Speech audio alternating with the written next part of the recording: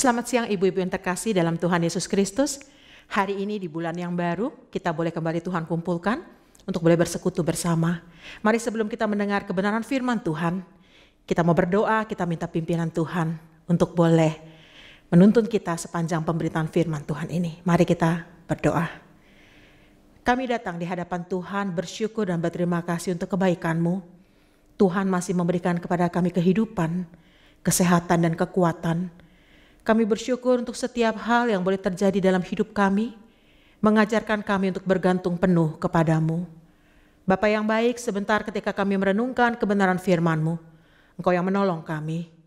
Biarlah hanya firman-Mu yang boleh memuaskan dahaga kami, dan kami boleh semakin dekat kepada Engkau. Tuhan ajar kami, biarlah hikmat dari Tuhan boleh menuntun dan memimpin kami. Hamba-Mu yang sudah Tuhan pilih dan Tuhan persiapkan, biarlah Engkau menyempurnakannya. Dia boleh menjadi alat-Mu saja. Terima kasih Bapa. Kami menyerahkan pemberitaan firman-Mu hanya di dalam satu nama, Tuhan Yesus Kristus, Allah kami yang hidup. Amin. Ibu-ibu terkasih dalam Tuhan Yesus Kristus, hari ini kita akan merenungkan satu tema, ketika Tuhan terasa jauh. Mungkin kalimat ini acap kali akan sering keluar dalam kondisi seperti ini yang kita alami bersama-sama, bukan? Apakah Tuhan masih mendengarkanku? Apakah Tuhan masih peduli kepadaku? Apakah Tuhan tetap ada mendampingi hari-hariku? Ketika Tuhan terasa jauh, mungkin seperti gambar yang tertera di depan ini. Bagaimana ketika kita boleh melihat, apakah betul Tuhan tidak lagi peduli kepada hidupku? Mari coba kita sama-sama melihat bahwa dilupakan, diabaikan, dan ditinggalkan itu adalah hal yang tidak diinginkan di dalam pergaulan antar manusia. Tidak ada orang-orang yang senang kalau istilah remaja sekarang dicuekin gitu ya. Tidak digubris, tidak diperdulikan. Rasanya manusia itu selalu ingin diperhatikan, ingin dimanusiakan, ingin disapa, ingin dianggap dia ada. Nah, kalau kita melihat bagaimana kehidupan keseharian, hal seperti perhatian, hal seperti yang namanya dikasihi, dipedulikan itu menjadi sesuatu yang langka, bukan? Orang-orang lebih sibuk dengan dirinya sendiri, orang-orang lebih sibuk dengan kepentingannya sendiri. Tetapi kadang-kadang dia mau mengingat kita atau dia seringkali mengingat kita pada saat dia membutuhkan bantuan kita. Nah, ini mungkin yang juga dirasakan ketika kita merasa bahwa Tuhan sedang cuekin saya. Tuhan jauh dari kehidupan saya. Apa yang sekarang saya alami, apakah Tuhan ada? Nah, bagaimana kita mau belajar konsep Tuhan tidak pernah jauh dalam hidup kita. Sehingga kalau tema ini diambil ketika Tuhan terasa jauh. Apakah betul Tuhan itu jauh dalam kehidupan kita?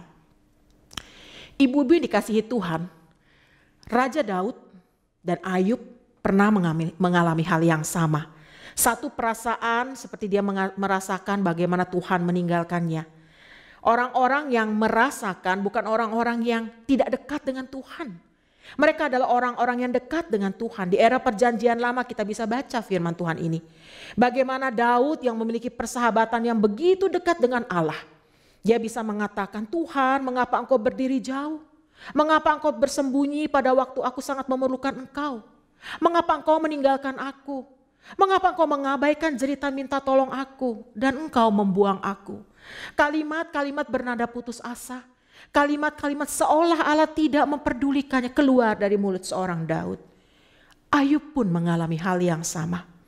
Dalam satu hari ia kehilangan segalanya.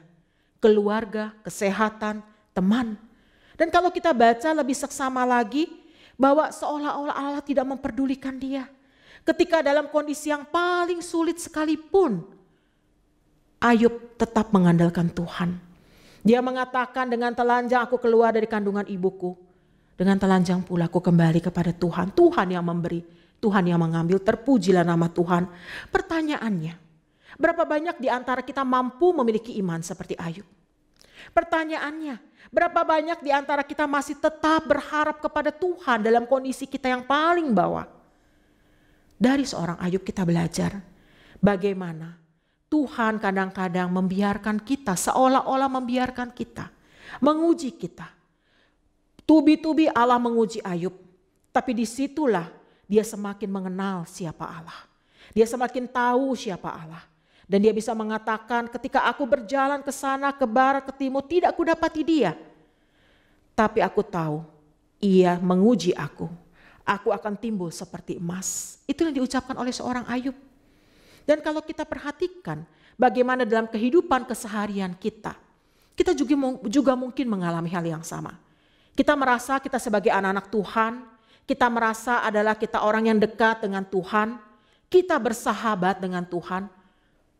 Tapi seringkali kita mengalami hal yang sama, bukan? Hal di mana kita mulai meragukan apakah Tuhan itu betul mengasihiku.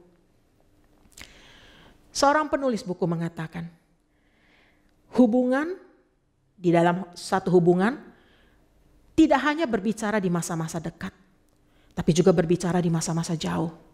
Hubungan kita dengan Tuhan tidak peduli seakrab apapun, bandul itu akan bergoyang dari satu sisi ke sisi lainnya. Artinya apa?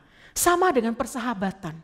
Persahabatan seringkali diuji melalui diam, melalui perpisahan, melalui proses waktu yang cukup panjang. Kita dipisahkan oleh jarak fisik, yang seringkali disitulah justru persahabatan kita akan teruji. Nah, waktu kita mendengar atau membaca kalimat ini, kita akan melihat inilah saat ada pendewasaan yang sedang Allah kerjakan dalam hidup kita. Bagaimana kita diuji dan lolos dalam ujian itu. Ketika Allah seolah-olah tidak ada dekat kita. Seolah-olah Allah jauh dan melupakan kita. Ibu-ibu yang terkasih, bukankah dalam keseharian kita juga sering mengalami hal yang sama seperti ini? Tapi ingat, semua ada waktunya. Semua akan teruji oleh waktu. Kita tetap harus setia kepada Tuhan. Kita harus tetap bergantung kepada Tuhan. Dan kembali lagi ketika ditanyakan, apakah sungguh Allah meninggalkan anak-anaknya? Apakah sungguh Allah tidak peduli kepada anaknya seperti kisah Daud, Ayub yang tadi sudah saya ungkapkan di depan. Kalau kita membaca kalimat ini di dalam Ibrani 13 ayat 5b, bagaimana firman Tuhan boleh menguatkan kita. Aku sekali-kali tidak akan membiarkan engkau. Dan aku sekali-kali tidak akan meninggalkan engkau. Satu janji yang Tuhan nyatakan kepada anak-anaknya. Dia tidak akan meninggalkan kita. Dia tidak akan membiarkan kita. Nah, kalimat ini adalah satu oase di tengah padang pasir yang begitu panas. Satu kalimat kesejukan bahwa kita ada di dalam kehidupan bersama dengan Tuhan. Bahwa Ia peduli kepada kita. Kedaulatan Tuhan ada selalu untuk kita. Dia menopang, dia menjamin kehidupan kita. Fisik kita saat ini mungkin lemah. Kita lelah menghadapi hidup kita. Tapi ingatlah, Tuhan selalu memberikan semangat buat kita. Semangat untuk berjuang, semangat untuk berkarya, semangat untuk terus hidup di dalam kasih dan kebenarannya. Sehingga pada saat kita membaca kalimat ini, membaca kebenaran firman Tuhan ini, kita akan diingatkan bahwa Allah tidak akan pernah membiarkan kita. Aku sekali-kali tidak akan meninggalkan engkau. Ada satu jaminan kehadirannya. Ada satu jaminan kepedulian dan solidaritas yang Allah berikan kepada kita. Bukan hanya untuk pribadi kita, ibu-ibu. Untuk keluarga kita. Untuk kerabat kita. Untuk siapapun yang Tuhan taruh dalam hidup kita. Dan kalau kita mungkin pernah punya pikiran Allah meninggalkan kita. Allah melupakan kita. Bahwa ingatlah ayat ini. Bahwa Dia ada selalu bersama dengan kita. Sehingga kita tidak akan pernah sendiri. Saya ingat satu lagu ketika dulu di sekolah minggu juga pernah diajarkan. Ada satu lagu mengatakan, Dia hanya sejauh doa. Tuhan hanya sejauh doa. Pada saat kita berdoa kepada Tuhan, pada saat kita berhubungan pribadi dengan Tuhan, kita akan merasa bahwa inilah yang Tuhan sudah kerjakan dalam hidupku. Inilah yang membuat aku kuat. Apa saja yang membuat aku kuat?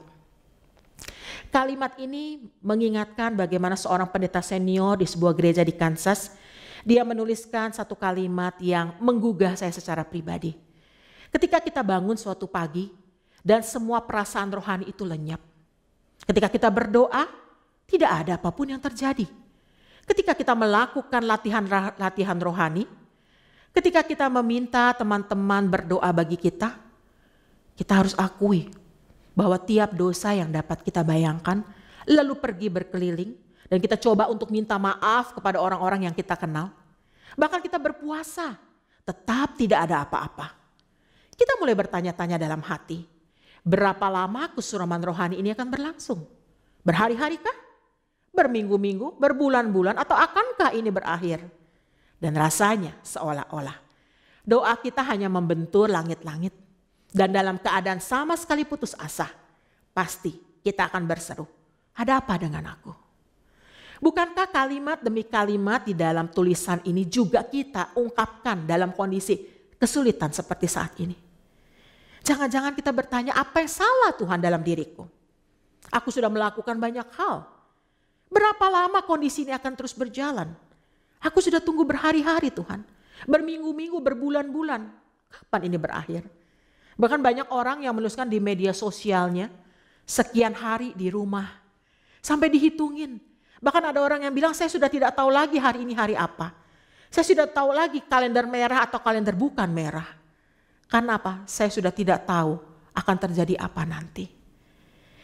Ketika kita coba melihat kondisi ini ibu-ibu, apa yang salah dengan kita? Saya mau katakan, mungkin tidak ada yang salah dengan kita. Tetapi disinilah kita harus melihat bahwa Allah sedang menguji kita. Allah menguji kita supaya kita naik kelas. Supaya rohani kita semakin naik kelas. Supaya iman kita semakin dikuatkan. Memang kalau kita katakan ada firman Tuhan mengatakan yang memisahkan engkau dengan Allah adalah dosa. Tetapi coba kita lihat. Bukankah ketika kita boleh mengalami hidup naik turun, disitulah justru rohani kita dikuatkan. Seorang nahkoda yang hebat adalah ketika dia bisa melewati badai. Ketika dia mengemudikan kapalnya. Seorang yang tangguh ketika dia bisa melewati masa-masa sulit dalam hidupnya. Sama dengan hidup kita ibu-ibu. Bahwa disinilah kita akan terus diuji oleh Tuhan. Tapi ingat, ujian yang dia berikan, yang dia tahu bahwa kita akan kuat. Kita bisa menanggungnya. Dan jangan pernah merasa bahwa Allah meninggalkan kita dan dia tidak peduli pada kita. Dia begitu sayang pada kita. Dijaganya kita seperti biji matanya. Dikasihinya kita seperti anak. Dan itulah yang menjadi kekuatan kita. Kita harus terus berharap kepadanya. Kita harus terus hidup di dalam kasih dan kebenarannya. Ketika Tuhan terasa jauh, kiranya kita mau melihat bagaimana ketika kita kembali diingatkan. Ketika Tuhan terasa jauh, apa sih sebetulnya yang boleh kita rasakan? Jika kita sekarang bisa mengasihi ibu-ibu, mengasihi sesama, mengasihi Tuhan, itu karena kita sudah merasakan kasih Tuhan terlebih dahulu. Bagaimana mungkin kita bisa mengasihi orang lain kalau kita tidak pernah merasakan kasih Tuhan? Karena Dia memberikan kasih itu buat kita, dan kasih itulah yang kita berikan untuk sesama. Dan kita kembalikan kepada Dia. Lantas kalau kita katakan, tapi kenyataannya banyak loh orang-orang Kristen yang self-centered. Semua serba aku, semua untuk aku. Semua adalah untuk kepentinganku dan kelompokku. Belajar melihat Allah tidak pernah memikirkan dirinya sendiri. Belajar untuk memaknai bahwa Allah mengasihi kita lebih dari apapun.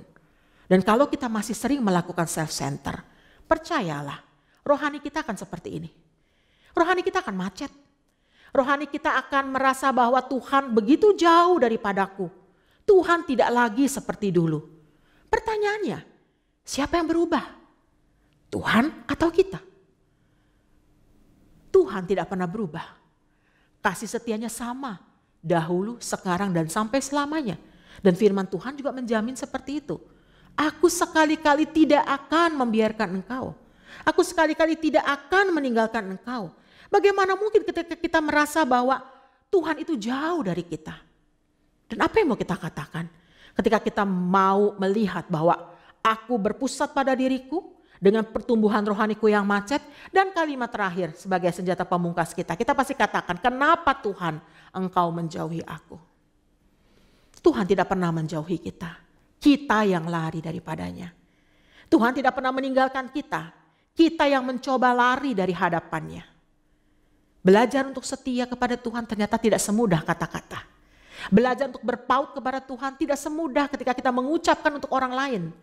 Tetapi bagaimana kita bisa membuktikan dalam hidup keseharian kita. Apapun yang terjadi, aku tetap bertaut pada Tuhan. Apapun yang terjadi Tuhan, aku tidak akan pernah meninggalkan Engkau. Karena Engkau tidak pernah meninggalkan aku sebagai anak yang Kau kasihi. Ada 3 alasan kenapa seringkali kita merasa jauh dari Tuhan. Alasan yang pertama adalah alasan fisik. Alasan fisik ketika kita mengatakan bahwa ya aku sakit keras, aku sekarang tidak bisa lagi bergerak, aku tidak bisa lagi terus dan seterusnya. Nah ini yang membuat orang bahwa dalam kondisi seperti inilah aku mungkin dijauhi oleh Tuhan. Nah menarik ketika Elia juga Tuhan izinkan untuk boleh beristirahat karena kelelahan fisiknya sebelum ia bekerja. Kembali melayani di dalam 1 Raja-Raja 19. Jadi ternyata pemulihan fisik itu penting. Ketika kita mengatakan kita bisa melakukan banyak hal dan kita lupa beristirahat, nah disinilah kita merasa Tuhan menjauhi aku. Padahal kita yang tidak bisa menjaga kesehatan kita. Yang kedua adalah kita belum bertobat. Belum bertobat dalam arti Allah ketika dia hadir dalam hidup kita. Roh Kudus akan membuat kita punya perasaan yang peka ketika kita melakukan kesalahan atau berdosa di hadapan Tuhan. Ada kegelisahan yang kita rasakan ketika kita melakukan sesuatu yang tidak diperkenankan oleh Tuhan. Disitulah Tuhan berbicara pada kita. Disitulah kita harus kembali lagi ketika kita mencoba untuk melanggar apa yang sudah Allah tetapkan. Kita mencoba berjalan sesuai dengan jalan atau kita mengambil rute kita sendiri. Allah membelokkan itu. Allah tetap menuntun kita di dalam tracknya Allah.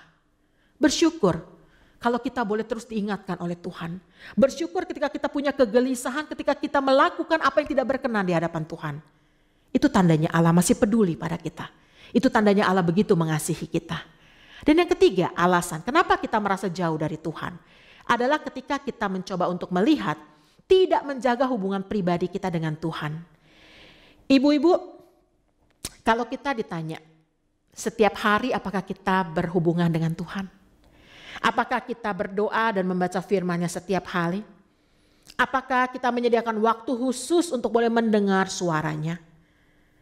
Jadi ketika kita katakan Allah terasa jauh sekali. Siapa sebetulnya yang jauh? Kita. Karena kita tidak pernah menjalin hubungan dengan Dia. Kita yang coba untuk menjauhi Dia.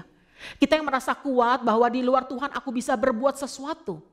Ingat Yohanes 15. Di luar Engkau aku tidak akan pernah bisa berbuat apa-apa. Di luar Kristus kita itu nothing. Gak ada apa-apanya. Tapi manusia dengan kekuatan dan egonya seringkali merasa bahwa aku bisa. Aku kuat. Aku mampu. Disinilah letaknya. Bagaimana orang-orang yang berpaut pada Tuhan. Disinilah kuncinya. Ketika kita tetap mau hidup di dalam kasih dan kebenaran Tuhan. Setia melekat kepada pokok anggur itu. Kita akan merasakan sukacita. Kita akan merasakan satu kekuatan. Tuhan tidak pernah meninggalkan aku. Itulah kekuatan yang kita dapatkan. Itulah satu penghiburan yang sering kali membuat kita di saat kita lemah. Di saat kita mulai merasa Tuhan jauh daripadaku. Kekuatan itu ada. Dia tidak pernah meninggalkan kita. Dia selalu ada dan mengawasi kita. Itulah Allah kita. Allah yang setia, Allah yang begitu mencintai kita setiap saat. Manusia tidak memiliki kemampuan untuk mengasihi sampai kita bertemu dan mengalami perjumpaan dengan Tuhan. Perjumpaan dengan Dia secara pribadi akan membuat kita mampu mengasihi orang lain. Nah, sumbernya ada di dalam Tuhan itu sendiri. Kita gak pernah bisa punya kemampuan untuk mengasihi Dia. Kalau bukan Dia yang datang untuk mengasihi kita. Kalau kita mau buka kebenaran firman Tuhan. Di dalam 1 Yohanes dikatakan. Kita mengasihi karena Allah lebih dahulu mengasihi kita. Kita mengasihi Dia karena Dia lebih dahulu mengasihi kita. Maka kita menaruh kasih kepada orang lain. Itu karena apa? Karena Allah. Allah yang memampukan kita.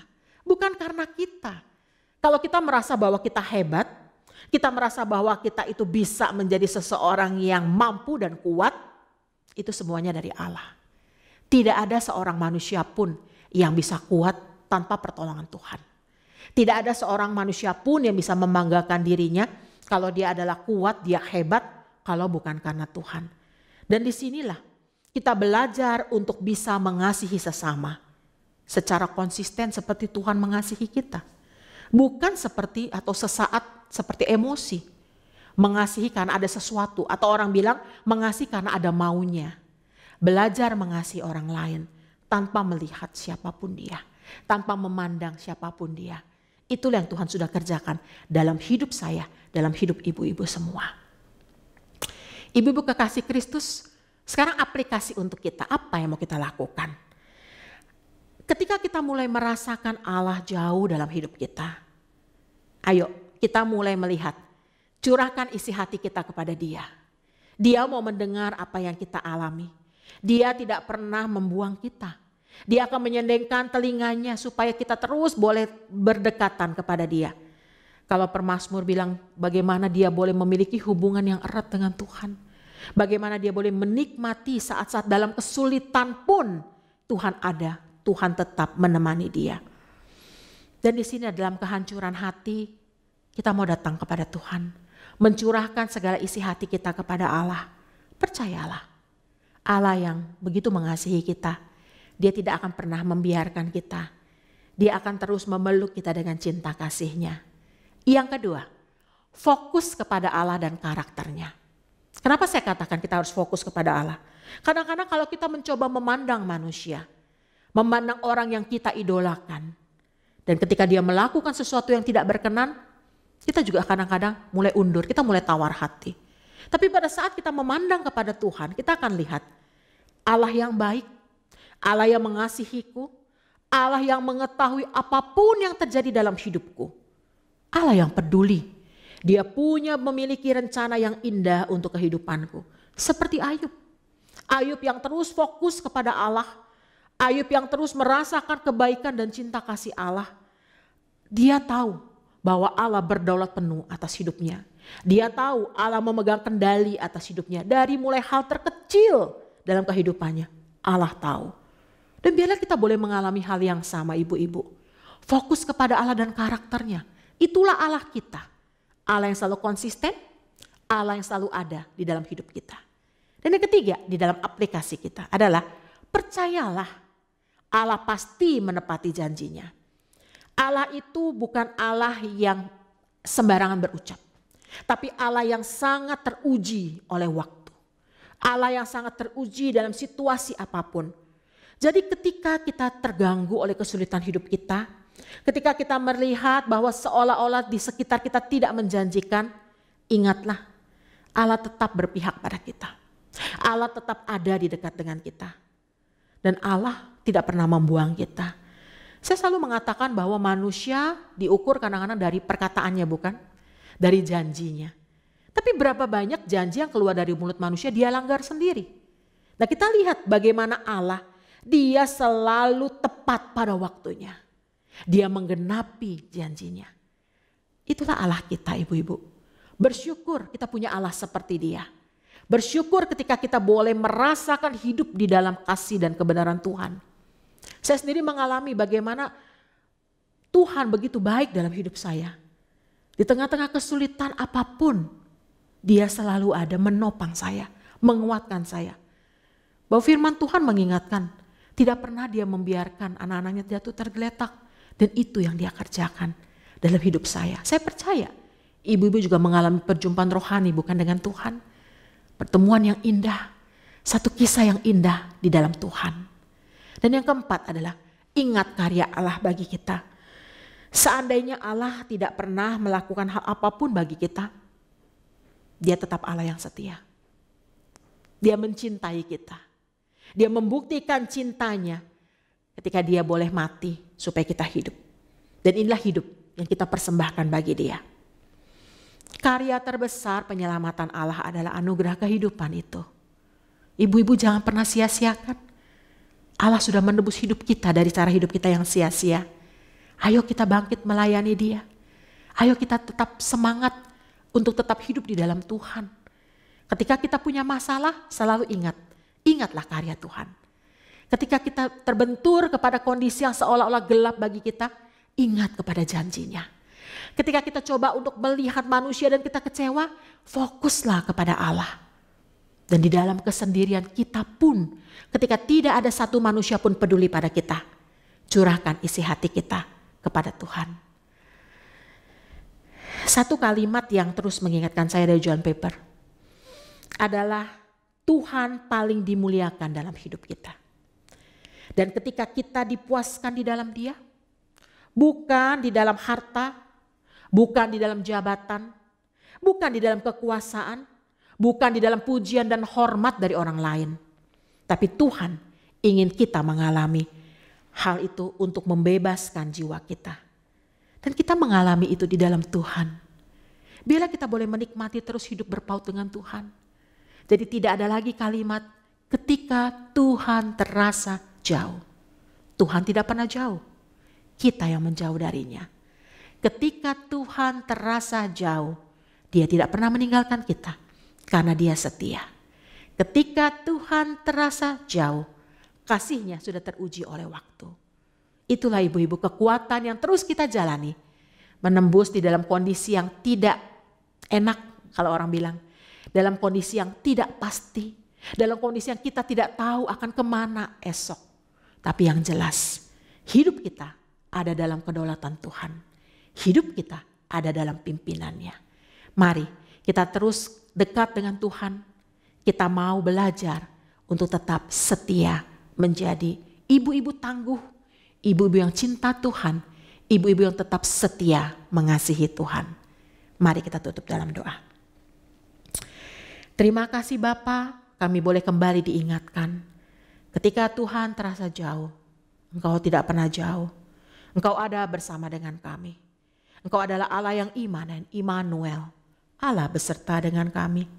Terima kasih Bapa, kami kembali diingatkan untuk terus hidup di dalam kasih dan kebenaran Tuhan. Kami kembali disegarkan bahwa Tuhan peduli pada kami, bahwa Tuhan berdaulat penuh atas hidup kami. Inilah kami Tuhan, anak-anak-Mu yang datang di hadapan-Mu. Biarlah ketika kami melewati masa-masa sulit ini, kami tetap ingat dan memandang kepada Engkau. Fokus kepada kasih-Mu, mengingat seluruh karya-Mu dalam hidup kami. Dan ini yang membuat kami kuat. Terima kasih Bapa.